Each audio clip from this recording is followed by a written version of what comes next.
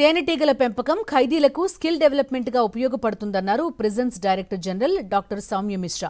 ఖమ్మం జిల్లా sub jail ప్రాంగణంలో ఏర్పాటు చేసిన తేనెటీగల పెంపకం యూనిట్ ను ఆమె ప్రారంభించారు. తేనెటీగల పెంపకం నేర్చుకుంటే ఖైదీలు జైలు నుంచి బయటికెళ్లిన తర్వాత యూనిట్ ఏర్పాటు చేసుకునే అవకాశం ఉంటుందని, అది వారికి ఆర్థికంగా సహాయపడుతుందన్నారు.